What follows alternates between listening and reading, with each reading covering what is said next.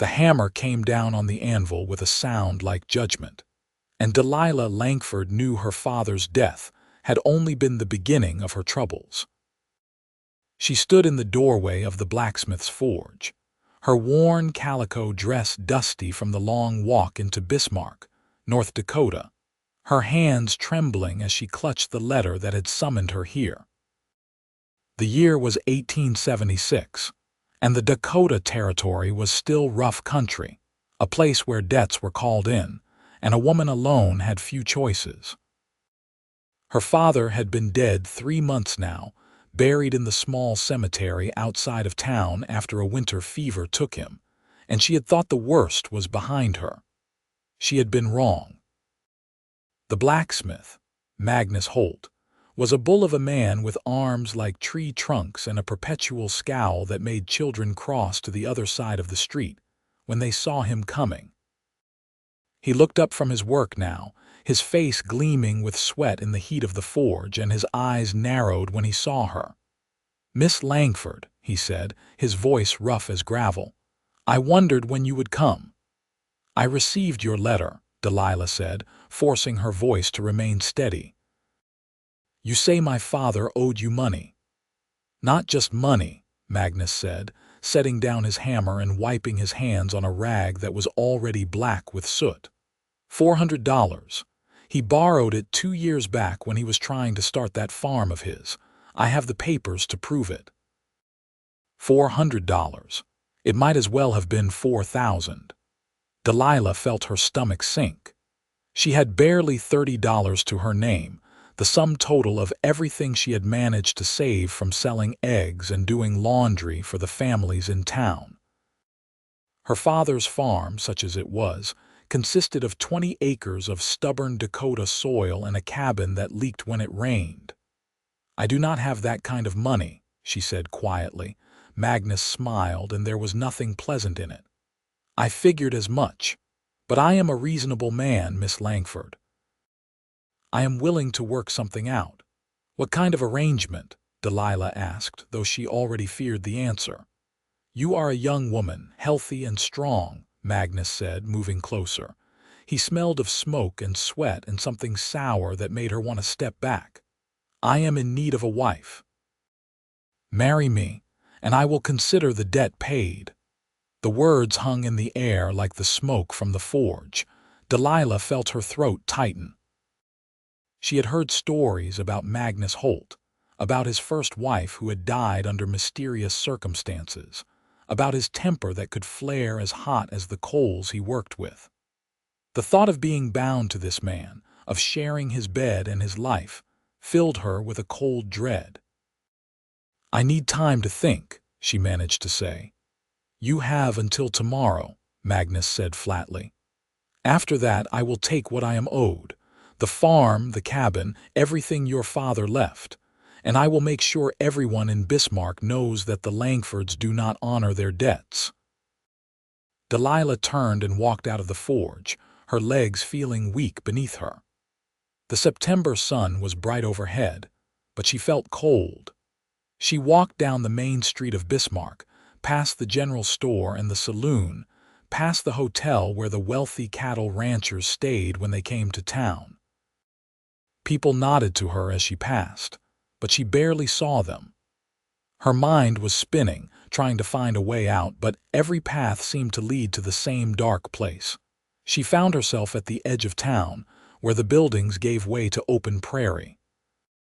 The Missouri River flowed in the distance, a ribbon of silver in the afternoon light.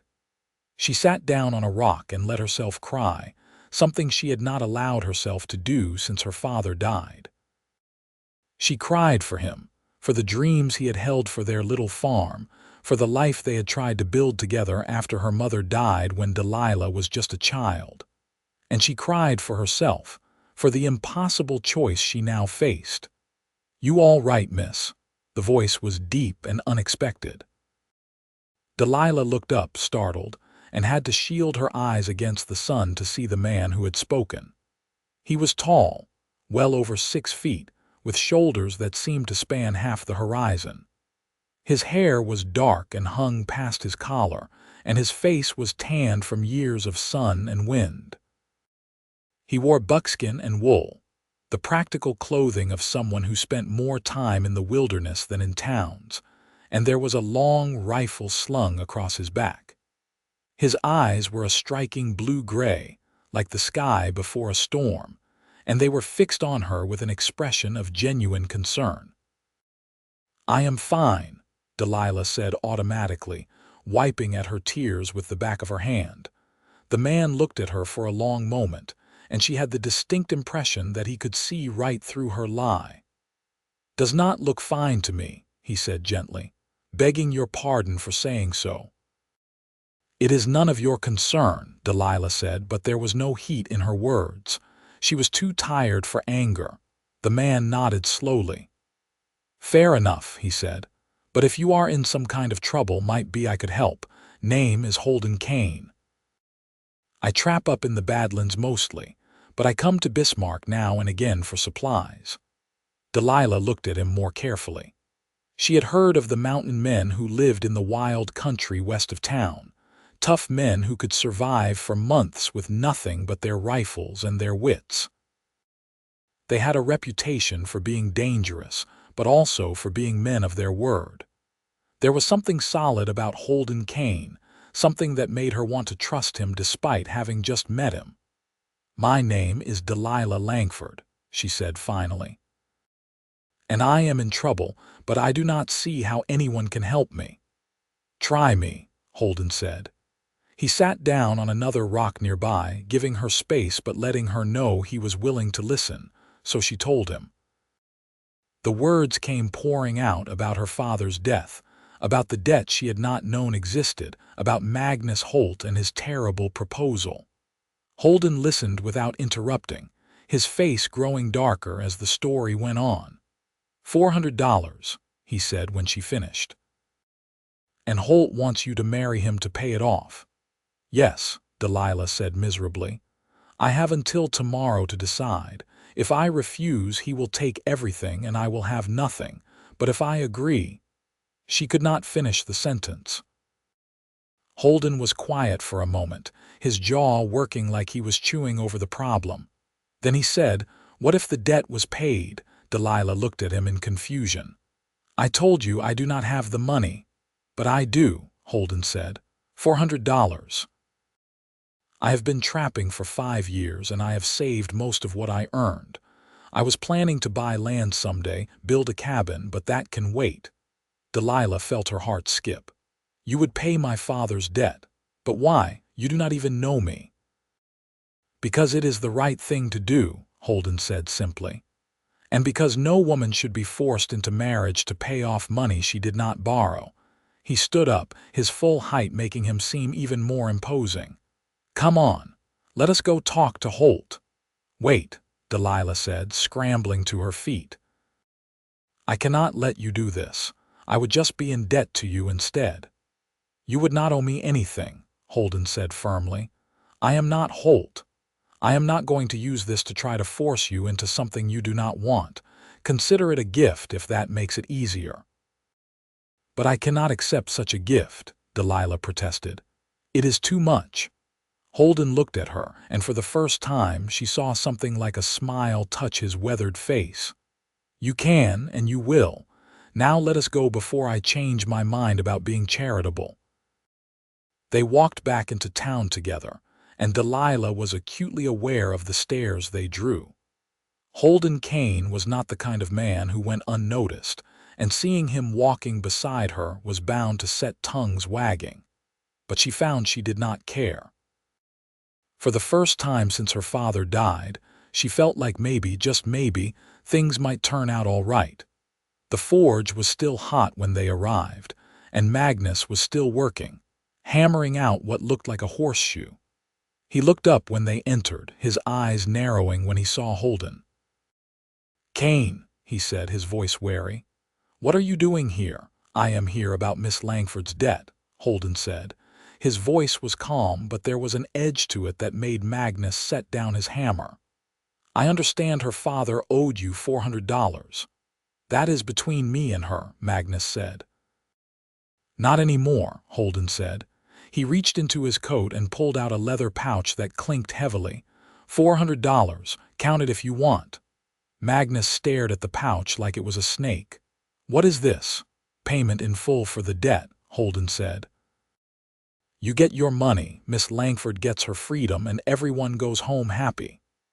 She agreed to marry me, Magnus said, his face flushing red.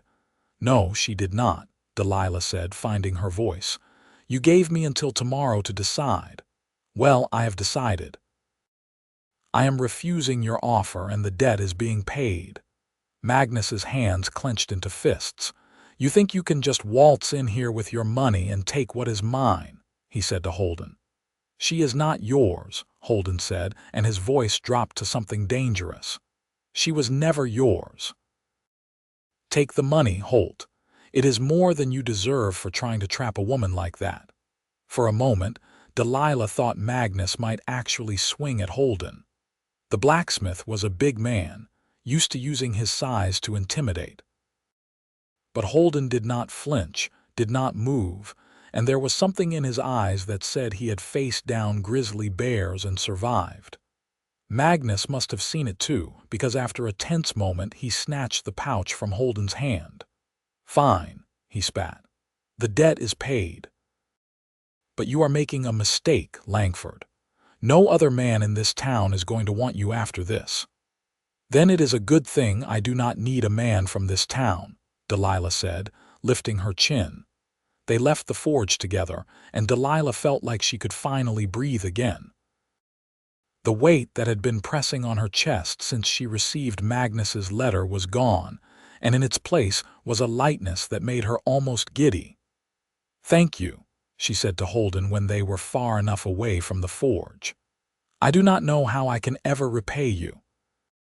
I told you, you do not owe me anything, Holden said. But if you want to do something for me, you could let me buy you dinner. I have been eating my own cooking for the past 3 months, and I would appreciate a meal I did not have to shoot first. Delilah laughed, and it felt good to laugh again. I think I can manage that. They went to the small restaurant near the hotel, a modest place that served simple food but served it well. Over plates of roast beef and potatoes, Delilah found herself talking to Holden in a way she had not talked to anyone in a long time. He was easy to talk to, despite his rough exterior, and he listened with the kind of attention that made her feel like what she was saying actually mattered. What will you do now? Holden asked as they finished their meal. I suppose I will go back to the farm, Delilah said. Try to make it work somehow. My father believed in that land and I owe it to him to try. 20 acres is hard for one person, Holden said thoughtfully. Especially going into winter. I know, Delilah admitted, but what choice do I have? Holden was quiet for a moment, then said, I could help you. I was planning to stay around Bismarck for a few weeks anyway, restocking supplies before I head back into the Badlands. I could come out to your place, help you get things ready for winter. Chop firewood, fix whatever needs fixing. You have already done so much, Delilah said, but even as she spoke, she felt a flutter of hope. The thought of not facing the long Dakota winter alone was more appealing than she wanted to admit. I have got the time, Holden said, and I am not much for sitting around town anyway. Might as well make myself useful. Then I would be grateful for the help, Delilah said. But only if you let me feed you while you are working. I might not have money, but I can cook better than most. Deal, Holden said, and this time his smile was full and genuine, transforming his rough features into something almost handsome.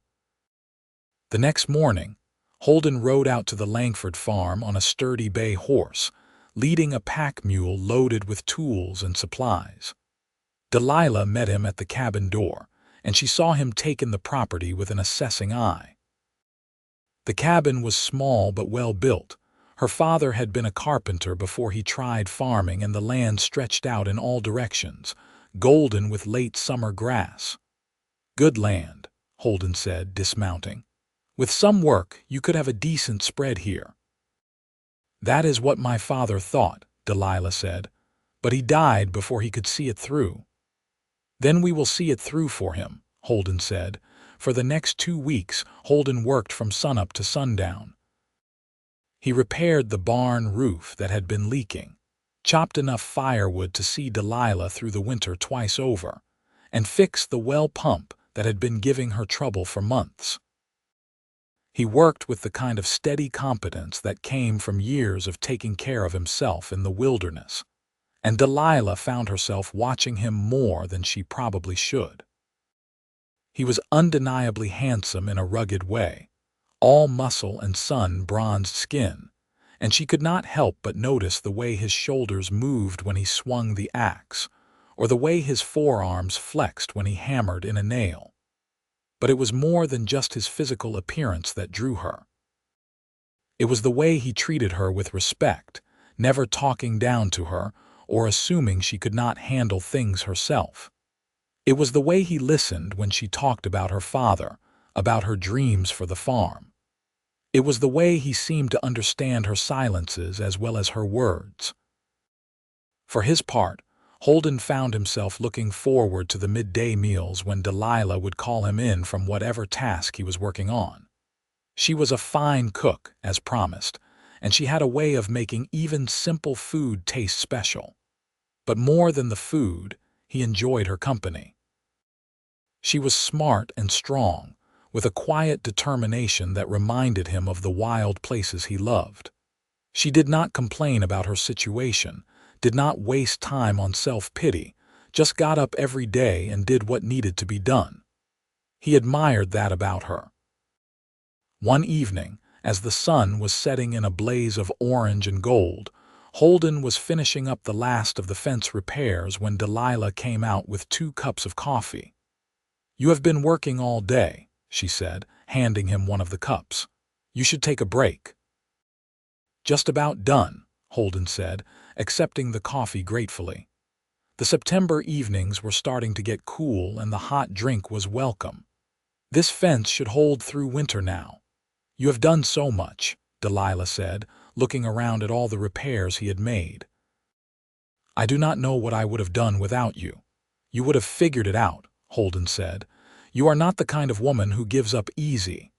Delilah felt warmth spread through her that had nothing to do with the coffee. "Can I ask you something?" she said. "Sure," Holden said, leaning against the fence post. "Why do you live alone in the Badlands? A man like you could have a good life in town, maybe even a family." Holden was quiet for a long moment, looking out at the darkening prairie. "I tried town living once," he said finally. "Back in Missouri before I came west. I worked in a sawmill, had a little house, was courting a girl I thought I would marry. But it never felt right, like I was wearing clothes that did not fit. Then one day I just left. Headed west and kept going until I found a place wild enough to match what I felt inside." He looked at her. "I guess I always figured I was meant to be alone." "And now?" Delilah asked softly. Holden met her eyes, and there was something in his gaze that made her heart beat faster. "Now I am not so sure," he said. The moment stretched between them, charged with possibility. Then Holden set down his coffee cup and said, "I should finish this fence before it gets too dark." Delilah nodded, feeling something settle in her chest that might have been disappointment or might have been anticipation. "I will have dinner ready soon," she said, and went back to the cabin. That night, as she lay in her narrow bed, Delilah thought about Holden Kane. Thought about the way he made her feel safe, the way he had stepped in to save her without asking for anything in return. Thought about what it might be like to have him around not just for a few weeks, but for always. The thoughts should have scared her. She barely knew the man, after all, but instead they filled her with a warmth that had nothing to do with the quilt covering her. The next morning, everything changed. Delilah was in the garden, harvesting the last of the summer vegetables, when she heard horses approaching. She straightened up, shading her eyes against the sun, and felt her stomach drop when she saw Magnus Holt riding toward the cabin with 2 other men. Holden was out checking the north fence line, too far away to hear if she called. Magnus dismounted with his companions, both of them rough-looking men that Delilah recognized as frequenters of the saloon. "Miss Langford," Magnus said, his voice falsely pleasant. "I have been thinking about our situation." "There is no situation," Delilah said, trying to keep her voice steady. "The debt was paid. You have no claim on me or my property." "That is where you are wrong," Magnus said, pulling a paper from his coat. "I went to the county clerk and did some checking. Turns out your father did not just owe me money. He put the farm up as collateral. That means if the debt was not paid by the date specified in the contract, the land becomes mine." He smiled. "And according to this, that date was last week." Delilah felt the blood drain from her face. "You said I had until yesterday to decide about your proposal." "And I meant it," Magnus said. "But the contract for the land had its own terms, terms your father agreed to." He gestured to his companions. "Now you can either leave peacefully or my friends here can help you leave. Your choice." "This is my home," Delilah said, her voice shaking with anger and fear. "My father built this cabin with his own hands. And now it is mine," Magnus said. "You got 2 hours to pack whatever you can carry and get off my property." "This is not right," Delilah said desperately. "You tricked me. You knew about this contract when you made your proposal." "Business is business," Magnus said with a shrug. "Should have read your father's papers more carefully. Now get moving before I have you removed." Delilah stood there, feeling everything crumble around her. 2 hours. She had 2 hours before she lost everything her father had worked for, everything she had left of him. She turned and walked toward the cabin, her legs feeling numb. "And Miss Langford," Magnus called after her, "if you are thinking about sending your mountain man friend to threaten me, think again. I have got the law on my side now. And I have got witnesses who will say he attacked me unprovoked if he tries anything." Delilah kept walking, not trusting herself to speak. Inside the cabin, she sank down onto one of the chairs her father had made and let the tears come. It was not fair. None of it was fair. She had tried so hard to do everything right, to honor her father's memory, and it still was not enough. She was still sitting there when Holden returned an hour later. He took one look at her face and was across the room in 3 strides. "What happened?" he demanded. Through her tears, Delilah told him about Magnus's visit, about the contract, about how she had 2 hours to leave. Holden's face grew darker with each word, and by the time she finished, his hands were clenched into fists. "He cannot do this," Holden said. "He has the papers," Delilah said hopelessly. "He has the law on his side." "Then the law is wrong," Holden said. He paced the small cabin like a caged animal. "There has to be something we can do." "There is nothing," Delilah said. "I have already lost." Holden stopped pacing and knelt down in front of her chair, taking her hands in his. His hands were big and rough and warm, and Delilah clung to them like they were the only solid things in a tilting world. "Listen to me," Holden said, his voice intense. "You are not alone in this. We will figure something out." "How?" Delilah asked. "You heard what Magnus said. If you try to fight him, he will have you arrested." Holden was silent for a moment, his jaw working. Then he said, "Come with me." "What?" Delilah said, confused. "Come with me into the Badlands," Holden said. "I have a cabin there, nothing fancy, but it is solid and warm. You can stay there as long as you need. And when spring comes, if you still want to fight for this land, we will find a way." "I cannot ask you to do that," Delilah said, even as her heart leaped at the offer. "You are not asking." "I am offering," Holden said. "And I do not make offers I do not mean." He squeezed her hands. "I know this is not how you wanted things to go, but sometimes life does not give us what we want. It gives us what we need. And right now you need a safe place. I can give you that." Delilah looked into his eyes, those storm-colored eyes that had looked at her with nothing but kindness since the moment they met. She thought about Magnus Holt and his cruel smile, about spending a Dakota winter alone in town with no money and no home. Then she thought about Holden's cabin in the wild country, about waking up to mountain views and falling asleep to the sound of wind through the pines, about not being alone. "All right," she said quietly, "I will come with you." Holden's face broke into a relieved smile. "Good," he said. "Now let us get you packed. We are leaving today and we are taking everything we can." They worked quickly, loading up Holden's pack mule with Delilah's belongings, everything she could not bear to leave behind. Her mother's china, carefully wrapped in quilts. Her father's tools, the ones he had used to build the cabin. The family Bible with its careful record of births and deaths. Clothes and food and blankets, anything that might be useful in the months ahead. Magnus and his men showed up just as they were finishing, and his face went red when he saw what they were doing. "Where do you think you are going?" he demanded. "None of your concern," Holden said, his voice flat and dangerous. "That mule looks like it is carrying a lot of my property," Magnus said.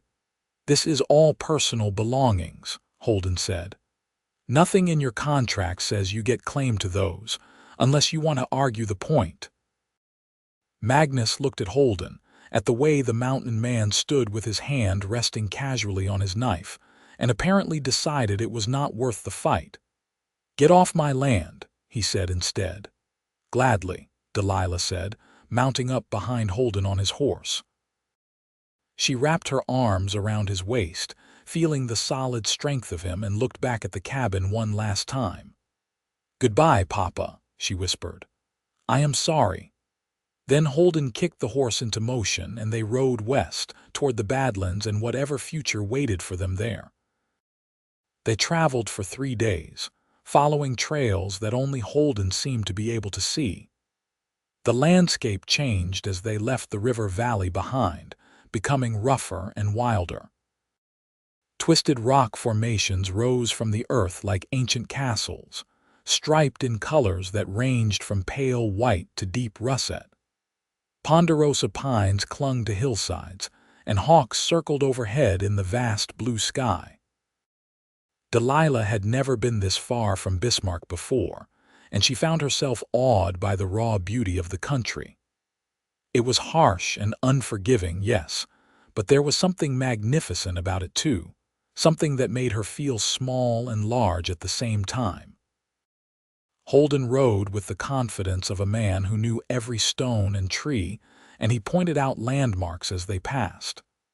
"That formation there, that is Devil's Tower, and over there you can just see the edge of the Black Hills. My cabin is another day's ride, tucked into a valley that stays green most of the year." They camped the first night under a sky so full of stars it looked like someone had spilled diamonds across black velvet. Holden built a fire and cooked dinner, simple fare of salt pork and beans, but after a full day of riding, it tasted like a feast. They sat on opposite sides of the fire, and Delilah found herself studying him in the flickering light. His face was all hard planes and angles, but his eyes were gentle when they looked at her. "Are you all right?" he asked. "I think so," Delilah said. "It is strange. I should be devastated about losing the farm. And I am, but also I feel almost relieved. Like I have been carrying something heavy for a long time, and I finally got to put it down." "Your father's dream was not your dream," Holden said. It was not a question. Delilah thought about it and realized he was right. "I loved my father," she said, "but you are correct. I never wanted to be a farmer. I only kept going because it was what he wanted, and I felt like I owed it to him." "You do not owe the dead anything except to live your own life," Holden said quietly. "They would not want you to be miserable trying to honor them." "Is that why you left Missouri?" Delilah asked. "To live your own life." "Something like that," Holden said. He poked at the fire with a stick, sending sparks spiraling into the night. My father wanted me to take over the sawmill, work there until I was old and bent. I could see my whole life laid out in front of me, and it felt like a cage. So I left. He never forgave me for it. Do you regret it? Delilah asked. Holden looked up at her, and in his eyes she saw the reflection of the fire and something deeper, something that made her breath catch. Not even a little bit, he said. The second night, they camped by a stream that ran clear and cold from the mountains. Delilah washed her face in the icy water and felt some of the dust and sadness of the past days wash away with it. When she came back to the fire, Holden had laid out both their bedrolls close together. Gets cold up here at night, he explained. Sharing warmth just makes sense.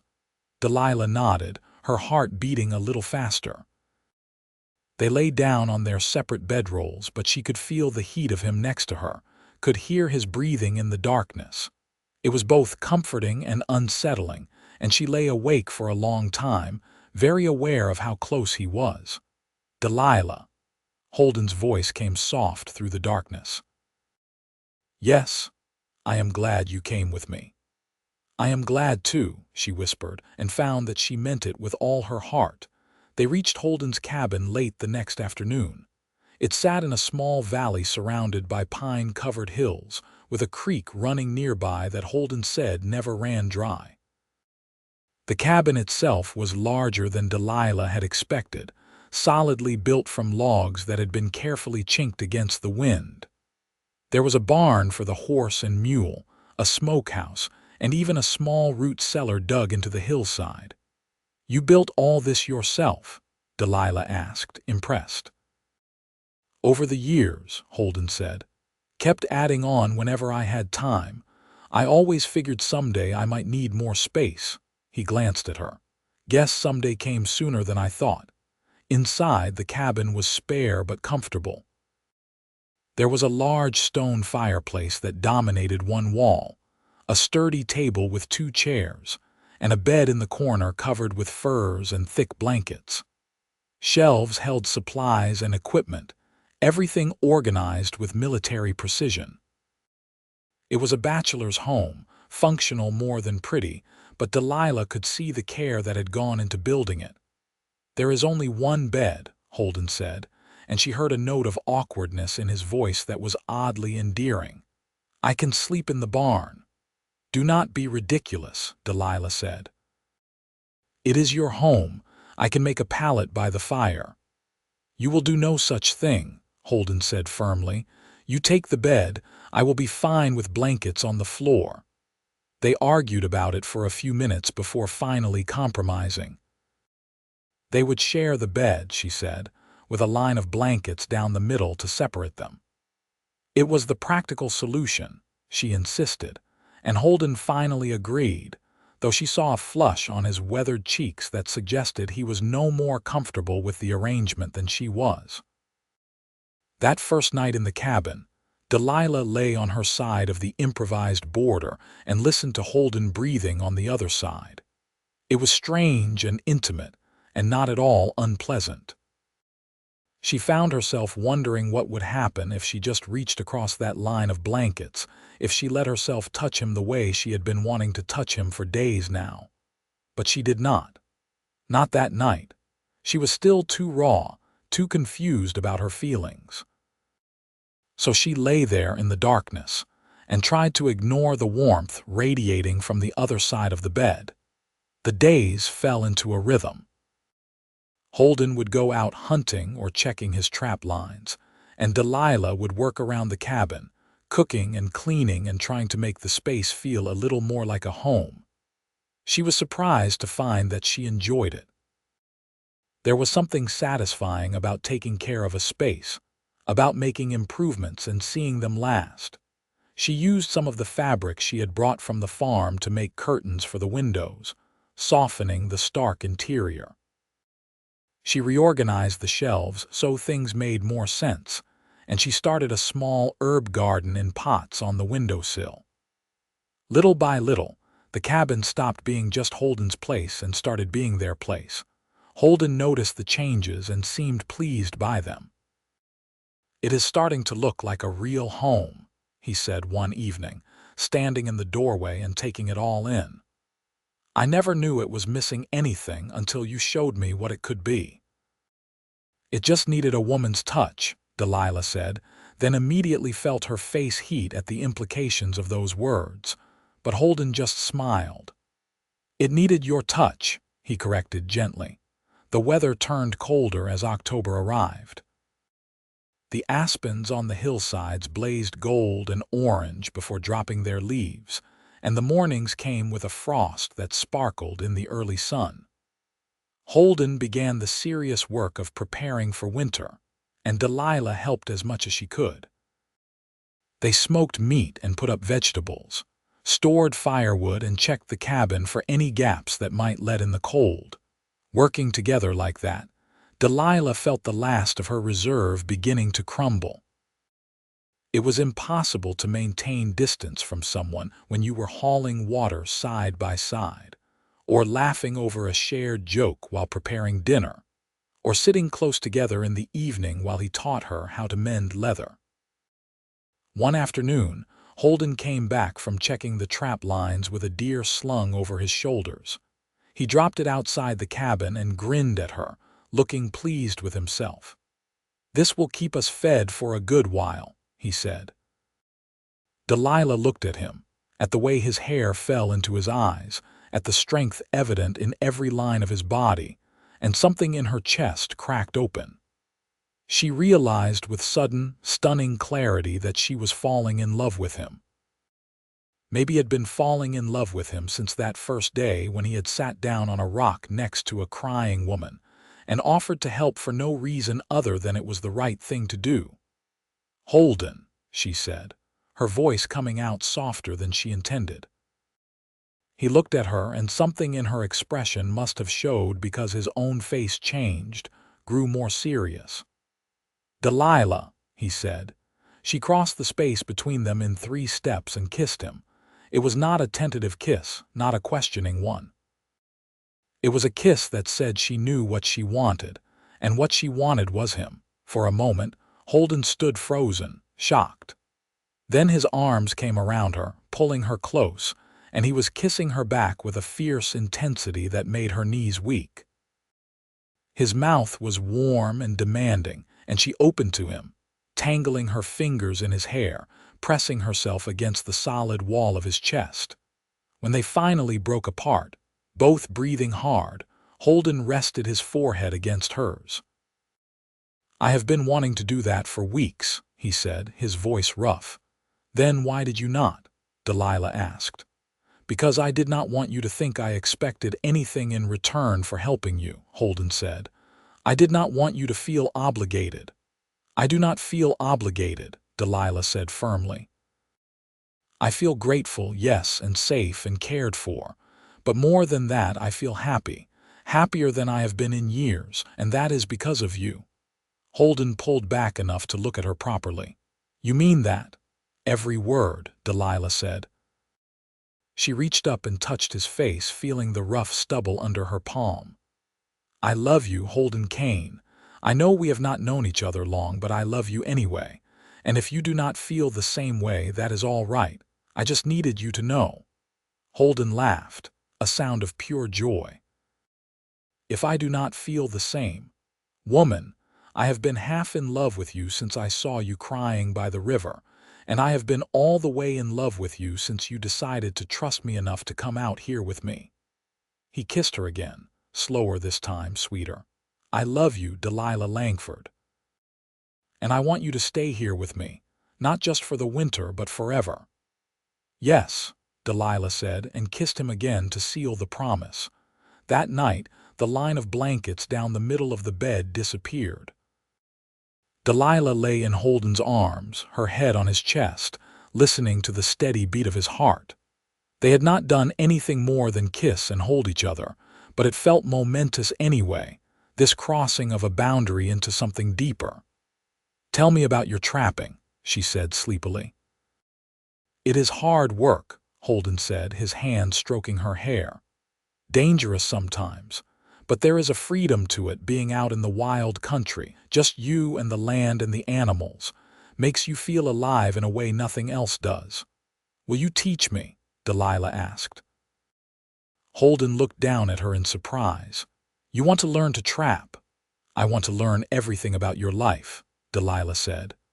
I do not want to just be someone who stays in the cabin while you do all the interesting things. I want to be your partner in every way. Holden's arms tightened around her. You are already my partner, he said. But yes, I will teach you. Fair warning, though, it is not pretty work. I grew up on a farm, Delilah reminded him. I know what work is. The next weeks were some of the happiest of Delilah's life. True to his word, Holden began teaching her the skills she would need to survive in the wild country.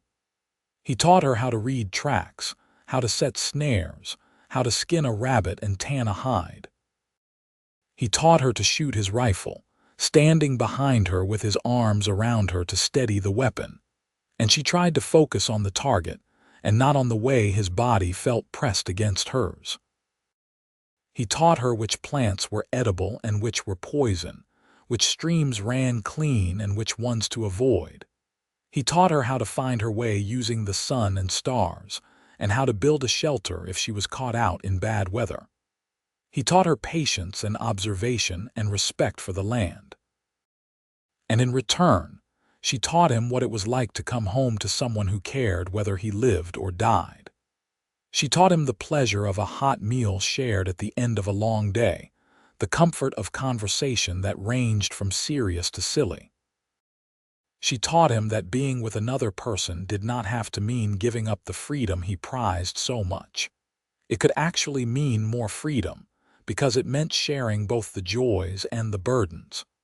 The first snow came in early November, dusting the valley in white overnight. Delilah woke to find Holden already up, stoking the fire. He smiled when he saw her emerge from the cocoon of blankets. Winter is here, he said. Ready for it? With you? I am ready for anything, Delilah said, and went to join him by the fire. The winter that followed was hard in the way all Dakota winters were hard, with temperatures that could drop below zero and storms that could last for days. But inside the cabin, Delilah was warmer than she had ever been.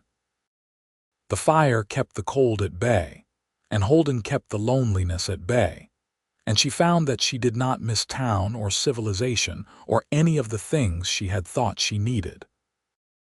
They spent the long evenings talking and playing cards, and reading from the small collection of books Holden had accumulated.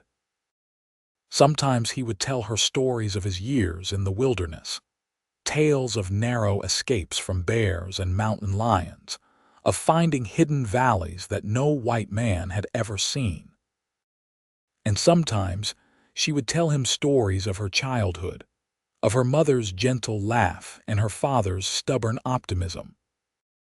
On the nights when the wind howled outside and the cold seemed to press against the walls, they would make love by the firelight, learning each other's bodies with the kind of focused attention that came from having all the time in the world. Holden was a considerate lover, always making sure she found her pleasure before taking his own, and Delilah discovered that passion was not something to be feared but something to be celebrated. Christmas came, and they marked it in their own way. Holden had shot a wild turkey, and Delilah roasted it with herbs from her windowsill garden. They exchanged small gifts, things they had made for each other. She had knitted him a thick scarf from yarn she had unraveled from an old sweater, and he had carved her a beautiful wooden box with her initials on the lid. "For keeping your treasures," he said as he presented it to her. "You are my treasure," she said, and kissed him. As the new year of 1877 arrived, Delilah realized she had not thought about Magnus Holt or the farm in weeks. The anger and sadness that had consumed her back in the fall had faded into something more like acceptance. Yes, she had lost the land her father had worked so hard for. But she had gained something infinitely more valuable. She had gained a life of her own choosing, and a man who loved her for who she was, not for what she could give him. February brought a warming spell, a brief respite from the cold that melted some of the snow and brought the promise of spring. Holden took advantage of the better weather to check his trap lines, and Delilah went with him, proud of how much she had learned over the winter. They were riding back to the cabin, their horses picking their way carefully along the icy trail, when Holden suddenly reined in his mount. "Wait," he said, his voice tense. "What is it?" Delilah asked. "Smoke," Holden said, pointing. Sure enough, a thin column of smoke was rising from the direction of the cabin. "We did not leave a fire burning this big." They kicked their horses into a gallop, fear lending them speed. As they burst into the clearing around the cabin, Delilah's heart sank. There were 3 horses tied outside, and the door to the cabin stood open. Inside, she could hear the sound of things being thrown around. Holden was off his horse before it had fully stopped, his rifle in his hands. "Stay back," he told Delilah, but she ignored him, drawing the pistol he had taught her to shoot. They entered the cabin together and found 3 men ransacking the place. One of them was Magnus Holt. "What the hell are you doing here?" Holden demanded, his rifle trained on the blacksmith. Magnus spun around and his face split into a nasty grin when he saw them. "Well, if it is not the lovebirds," he said. "I had heard rumors you 2 were holed up out here together, came to see for myself." "You are trespassing," Holden said flatly. "Get out." "Oh, I do not think so," Magnus said. He gestured to his companions, both of whom had drawn their own weapons. "See, I have been thinking about how you embarrassed me back in Bismarck, made me look like a fool in front of the whole town. I do not take kindly to that. So you rode all the way out here in the middle of winter to what?" "Teach me a lesson," Holden said, his voice dripping with contempt. "Something like that," Magnus said. "Also thought I might collect on what is owed to me. That woman there, she was supposed to be mine, you took her, so I am taking compensation." "Over my dead body," Holden said. "That can be arranged," Magnus said, and nodded to his men. What happened next seemed to unfold in slow motion. Magnus's men raised their guns, and Holden moved faster than Delilah would have thought possible for a man his size. His rifle barked once, twice, and both men went down. Magnus lunged at Holden with a knife he had pulled from his belt, and the 2 men grappled, crashing into the table and sending dishes flying. Delilah wanted to help, but they were moving too fast, too close together for her to risk a shot. She watched in horror as Holden and Magnus rolled across the floor, each trying to get the upper hand. Magnus was strong, Blacksmith strong, and he managed to get his knife hand free. The blade flashed in the firelight as it descended toward Holden's throat. But Holden caught his wrist, holding the knife mere inches from his skin. For a moment they were locked in place, every muscle straining. Then Holden twisted, using Magnus's own weight against him, and suddenly Magnus was the one on his back with Holden on top of him. Holden slammed Magnus's knife hand against the floor once, twice, and the weapon went skittering away. "It is over," Holden said, his voice harsh. "Your men are done and you are done.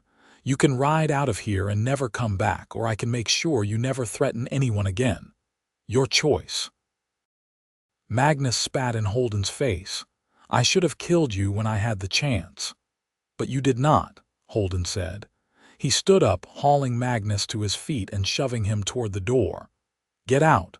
Take your friends if they are still breathing and go. If I ever see you near Delilah again, I will not be as merciful." Magnus stumbled out the door, his face twisted with rage and shame. His 2 companions were indeed still alive, though bleeding and groaning. They managed to get on their horses, and the 3 of them rode off into the gathering dusk. Holden closed the door and leaned against it, breathing hard. Delilah ran to him, her hands frantically checking him for injuries. "Are you hurt?" "I am fine," Holden said, catching her hands and holding them still. Just bruised. He got in a few good hits. I thought he was going to kill you, Delilah said, and felt tears start to flow. I thought I was going to lose you. Hey, no, Holden said, pulling her into his arms. You are not getting rid of me that easy. I promised you forever, remember. Do you think he will come back? Delilah asked against his chest. No, Holden said with certainty. He is a bully, and bullies do not keep fighting once they have been beaten. He will slink back to Bismarck and tell everyone some story about how he chose to leave. But he will not bother us again. And he was right. They never saw Magnus Holt again. Later, they heard through the occasional traveler that Magnus had left Bismarck entirely, headed south to Colorado or maybe Kansas. No one seemed to know for sure, and no one seemed to care. Spring came late to the Badlands that year, but when it finally arrived, it was glorious. The valley exploded with wildflowers, painting the ground in every color imaginable. The creek swelled with snowmelt, running fast and cold and crystal clear. Birds returned from their winter migration, filling the air with song. One morning in April, Holden woke Delilah before dawn and led her outside.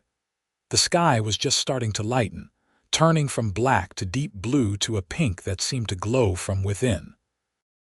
They stood together in the clearing, his arms wrapped around her from behind, and watched the sun rise over the distant peaks. "Marry me," Holden said into her ear. Delilah turned in his arms to look at him. His face was serious, his eyes full of hope and love and just a hint of nervousness. "We do not need a piece of paper," she said softly. "We already belong to each other." "I know," Holden said, "but I want to make it official. I want to ride into Bismarck and stand up in front of a preacher and the whole town and tell everyone that you are mine and I am yours. I want to give you my name. I want to make sure that if anything ever happens to me, everything I have goes to you." He cupped her face in his hands.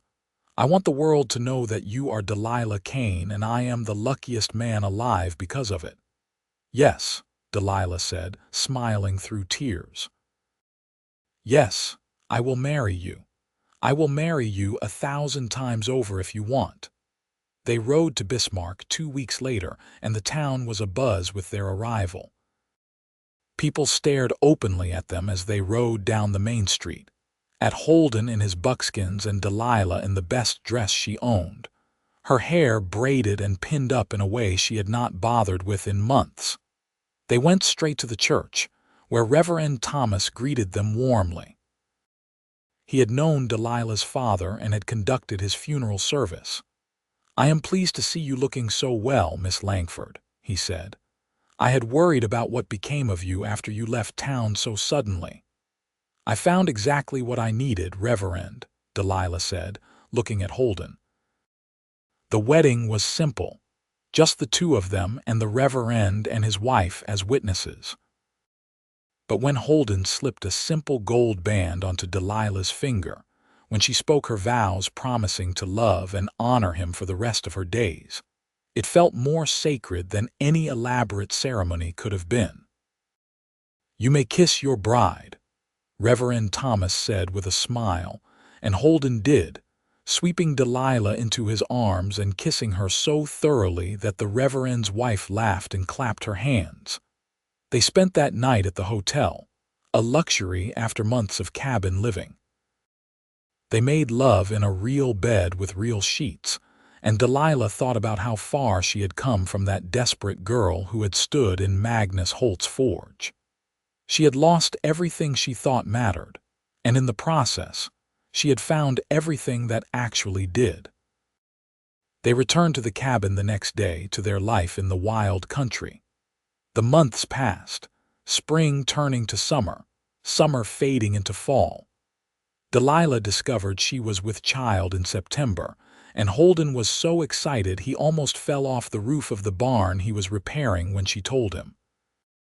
"A baby," he kept saying, shaking his head in wonder. "We are going to have a baby.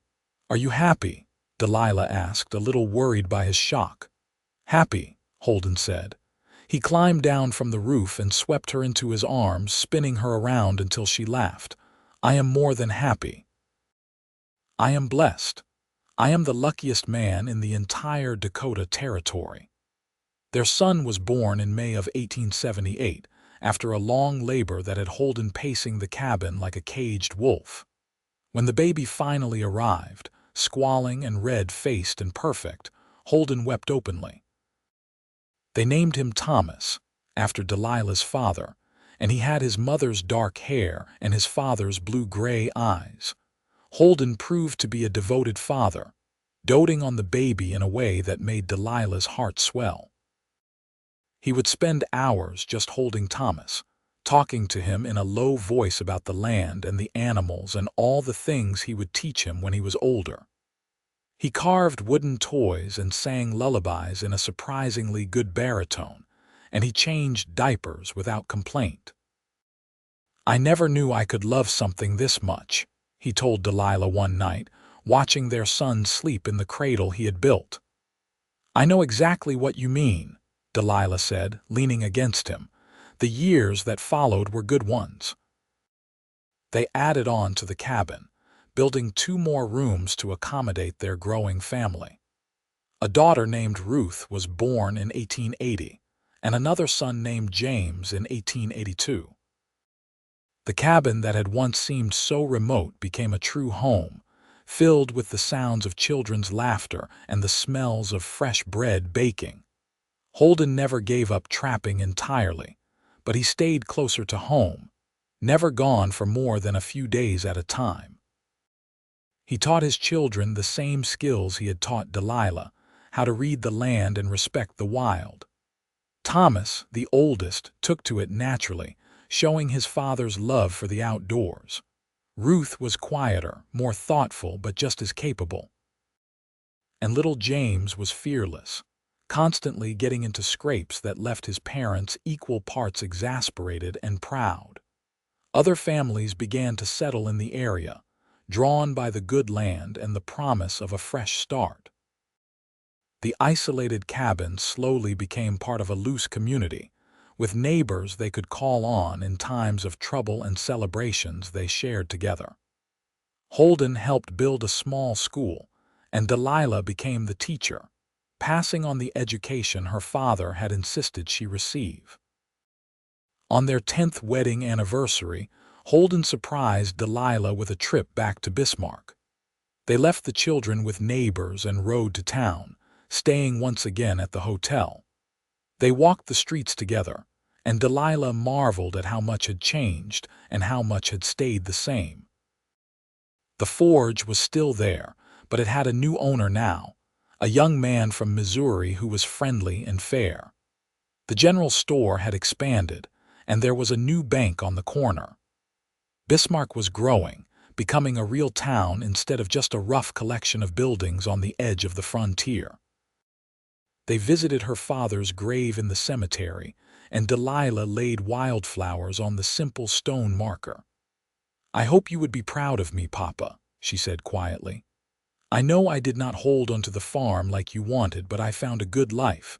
I found love. I found happiness." "He would be proud," Holden said, his hand on her shoulder. How could he not be? That evening they had dinner at the restaurant where they had shared their first meal together all those years ago. Over plates of roast chicken, Holden reached across the table and took her hand. "Do you ever regret it?" he asked. "Giving up the farm, coming with me into the wild?" "Not for a single moment," Delilah said honestly. "That farm was my father's dream, not mine. But you, our children, our life together, that is my dream, and I am living it every single day." "Good," Holden said, relief evident on his face. "Because I cannot imagine my life without you in it. You took a rough mountain man and turned him into someone worth knowing." "You were always worth knowing," Delilah said. "I just helped you see it." They stayed in Bismarck for 2 more days, enjoying the novelty of having time to themselves. But when they finally rode back toward the Badlands, toward their cabin and their children and their life, Delilah felt nothing but excitement. This was where she belonged. Not in town with its social calls and expectations, but here in the wild country with the man she loved. The children ran out to meet them when they arrived, shouting and jumping and demanding to know what they had brought them. Holden had carved each of them a new toy in the evenings after Delilah fell asleep, and he handed them out to delighted squeals. Ruth got a wooden doll with jointed arms and legs. Thomas got a carving of a wolf that was so lifelike it seemed ready to leap from his hand.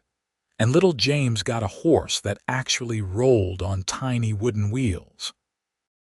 That night, after the children were asleep, Delilah and Holden sat outside on the porch he had built years ago. The stars were brilliant overhead, and somewhere in the distance, a wolf was howling at the moon. "Tell me a story," Delilah said, snuggled against his side. "What kind of story?" Holden asked. "Tell me our story," she said. "Tell me about the mountain man who saved a woman from a terrible fate and how they fell in love and lived happily ever after." Holden laughed softly. "I think you have that backwards. You saved me, Delilah. I was just existing before I met you, going through the motions of living but never really feeling alive. You taught me what it meant to have a home, to have a family, to have someone who cared whether I came back at the end of the day. Then we saved each other," Delilah said. "That is how the best stories go, is it not?" "It is," Holden agreed. He kissed the top of her head. "And you know what the best part is? Our story is not over yet. We still have years and years ahead of us, more adventures to have, more memories to make." "I cannot wait," Delilah said softly. And she meant it. The girl who had stood in Magnus Holt's forge, terrified and trapped, seemed like someone from another lifetime. That girl had become a woman who could shoot straight and set traps and deliver a baby if necessary. She had become a mother and a wife and a teacher. She had become someone who knew her own mind and her own worth. But most importantly, she had become someone who was loved, deeply and completely, by a man who would move mountains for her if she asked, and who loved him just as deeply in return. The seasons continued their eternal cycle, each one bringing its own challenges and joys. There were hard years when the trapping was poor and money was tight, and there were good years when the pelts brought high prices, and they could afford little luxuries like store-bought candy for the children or a new dress for Delilah. In 1885, when Thomas was 7, Holden took him on his first real trapping expedition, just the two of them for a week in the high country. He came back full of stories about tracking elk and sleeping under the stars, and Delilah could see her husband in every gesture her son made. The connection between them was something beautiful to witness. Ruth grew into a thoughtful girl who loved books as much as she loved the outdoors. Delilah taught her to read from the Bible and the few novels they owned, and Ruth would spend hours lost in stories, her face rapt with concentration. She announced at age 8 that she wanted to be a writer someday, and Delilah bought her a journal at the general store where she could practice. James was their wild child, always getting into mischief, but with such a charming smile that it was hard to stay angry at him. He had a gift with animals, could gentle even the most skittish horse or convince a wild bird to eat from his hand. Holden said he had never seen anything like it. In 1887, Delilah gave birth to twins, 2 girls they named Sarah and Grace. The pregnancy had been harder than the others, and for a while, both Holden and Delilah had been frightened that something might go wrong. But the babies were born healthy and strong, if a bit smaller than their siblings had been. They had their father's blue-gray eyes and their mother's determination, and they kept the entire household on their toes. The cabin grew even more crowded, but somehow they made it work. The older children helped with the younger ones, and everyone pitched in with chores. It was chaotic and loud and sometimes overwhelming, but it was also full of love and laughter and life. One afternoon in late summer, when the twins were about 2 years old, Delilah was in the garden harvesting vegetables when she heard a horse approaching. She looked up to see a stranger riding toward the cabin, a man in a fine suit that looked out of place in the rugged country. "Can I help you?" she asked, wiping her hands on her apron. "I am looking for Delilah Langford," the man said. "Or I suppose it might be Delilah Kane now." "I am Delilah Kane," she said cautiously. "What is this about?" "My name is Robert Mills. I am a lawyer from Bismarck," the man said, dismounting. "I have been trying to find you for some time. It seems there was an error with the foreclosure on your father's property back in 1876. Delilah felt her heart skip. "What kind of error?" "The contract that Magnus Holt used to claim the property was forged," Mills said. "Your father never put the land up as collateral. Holt created false documents and bribed the county clerk to file them. The whole thing was a fraud." "How do you know this?" Delilah asked, her mind reeling. "The clerk confessed on his deathbed last year," Mills explained. "His conscience finally got to him, I suppose. The authorities investigated and confirmed his story, which means that the foreclosure was invalid. The land still rightfully belongs to you." Delilah sat down on the garden bench, feeling like her legs might not support her. "After all this time?" "I know it is a shock," Mills said sympathetically, "but the law is clear. The property is yours if you want it. I have the papers here for you to sign." Holden came around the corner of the cabin just then, an axe over his shoulder. He took in the scene, the strange man and Delilah's pale face, and his expression grew alert. "What is going on?" Delilah explained, her voice shaking slightly. When she finished, Holden set down his axe and came to sit beside her, taking her hand in his. "What do you want to do?" he asked. Delilah looked at the lawyer, then at the cabin behind them, at the garden she had planted and the children she could hear playing inside. She thought about her father's dream of a farm, about the girl she had been who had tried so hard to honor that dream. And then she thought about the woman she had become, and the life she had built in the wild country with the man she loved. "Sell it," she said decisively. "Sell the land and put the money into a trust for our children's education. That property was my father's dream, but this is mine. I do not want to go back. I want to stay right here." "Are you sure?" Mills asked. "That land is worth a considerable amount now.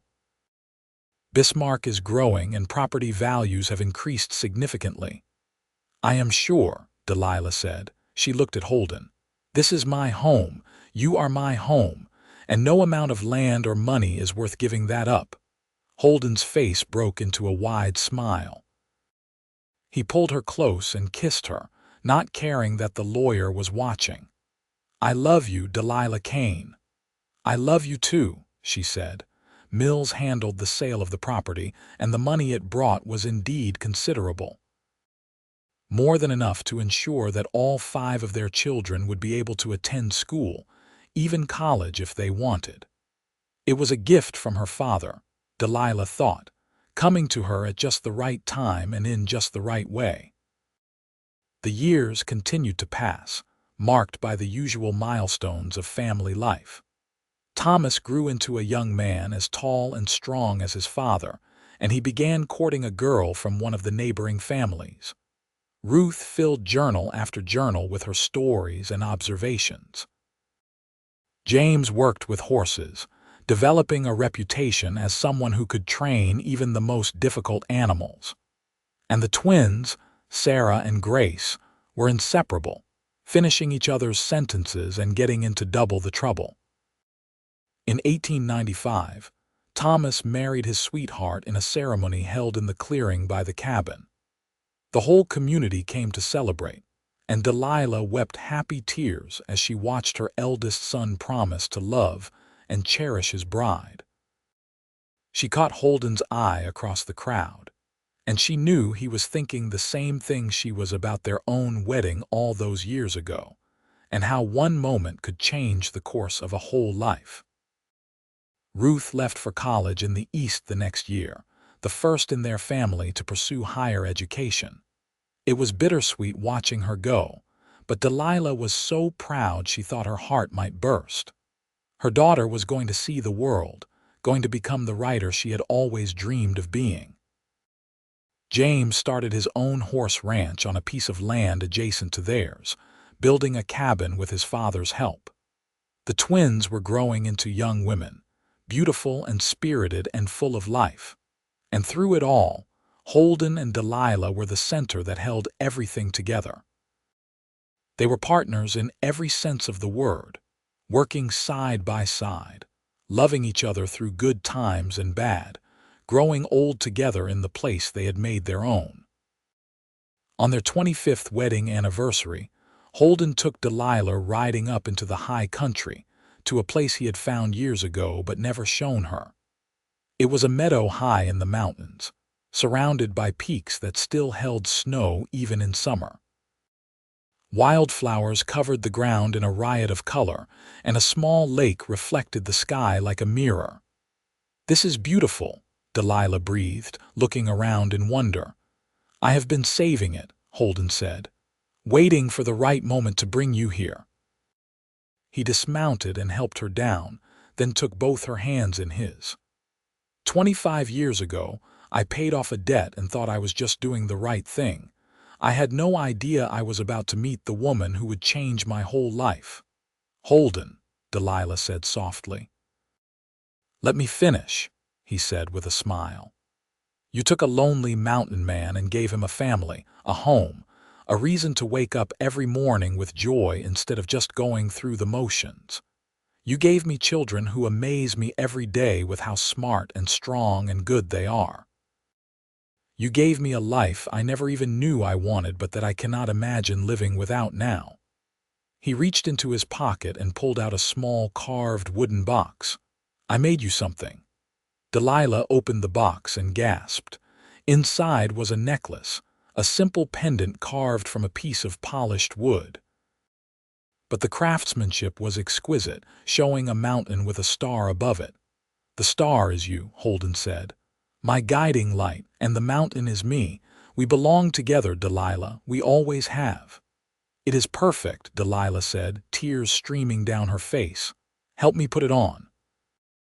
Holden fastened the necklace around her neck, his fingers gentle on her skin. She turned to face him, and they stood there in that high meadow, holding each other as they had held each other through 25 years of life together. "Thank you," Delilah whispered. "Thank you for saving me all those years ago." "You saved me right back," Holden said. "And I would do it all again, every single moment, just to end up right here with you." They made love there in the meadow, under the vast Montana sky, with the same passion and tenderness they had shared as newlyweds. And when they rode back down to the valley as the sun was setting, Delilah knew with absolute certainty that she was living the life she was meant to live.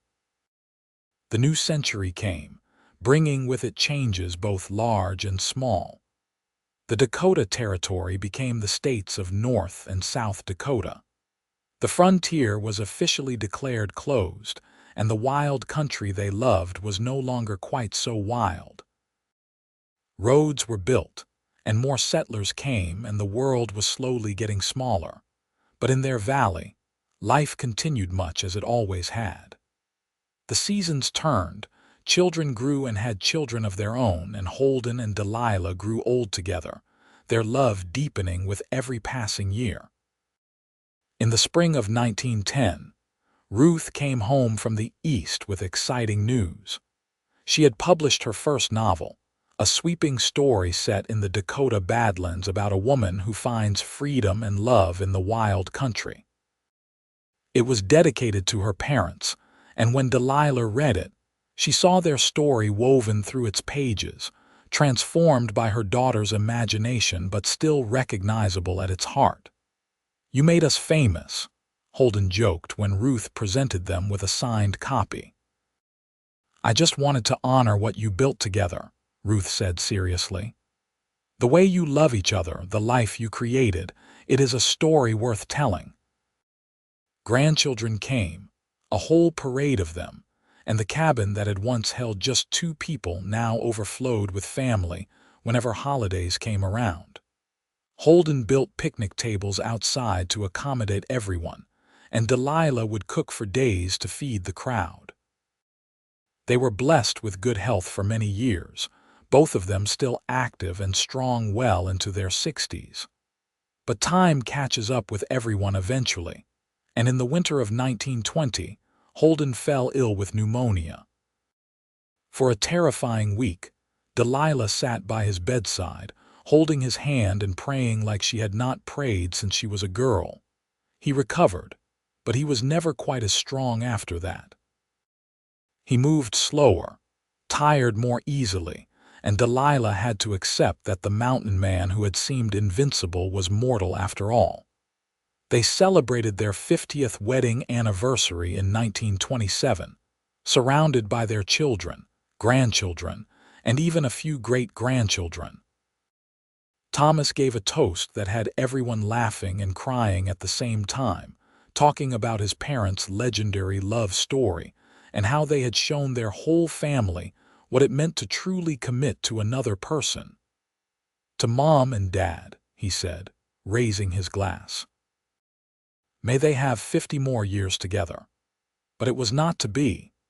Holden passed away quietly in his sleep in the spring of 1929, with Delilah beside him as she had been for over 50 years.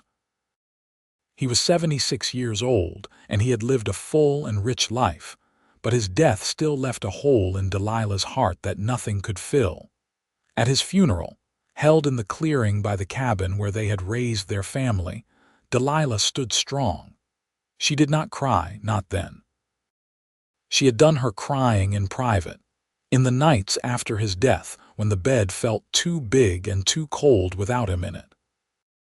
Now, surrounded by the evidence of the life they had built together, by the children and grandchildren and great-grandchildren who all carried pieces of Holden in their faces and their hearts, she felt only gratitude. "He was the best man I ever knew," she said simply.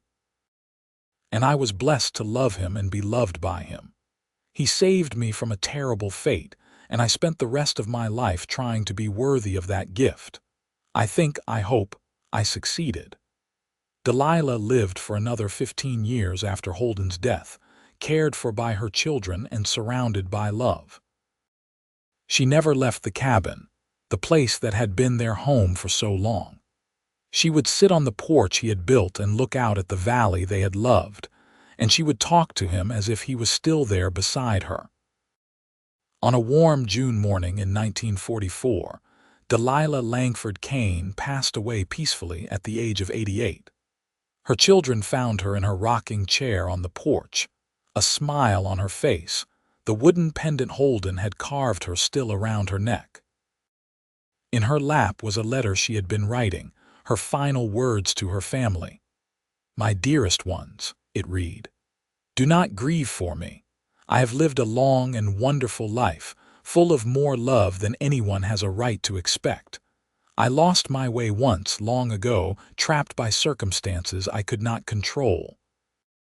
But a mountain man with a kind heart and strong hands showed me that sometimes the things we lose are just making room for the things we are meant to find. I found my purpose in this wild country, in your father's arms, in the family we built together. And now it is time for me to go to him, to the man I have loved across decades and will love for eternity. Live your lives with courage and joy. Love fiercely and without reservation, and know that your father and I will be watching over you always. All my love now and forever, Mother." They buried her next to Holden in the small cemetery on the hill overlooking the valley. The headstones were simple, just their names and dates, but underneath was carved a message that Delilah had requested in her will. He saved her. She saved him. Together they built a life worth living. The cabin still stands today, preserved by descendants who understand its significance.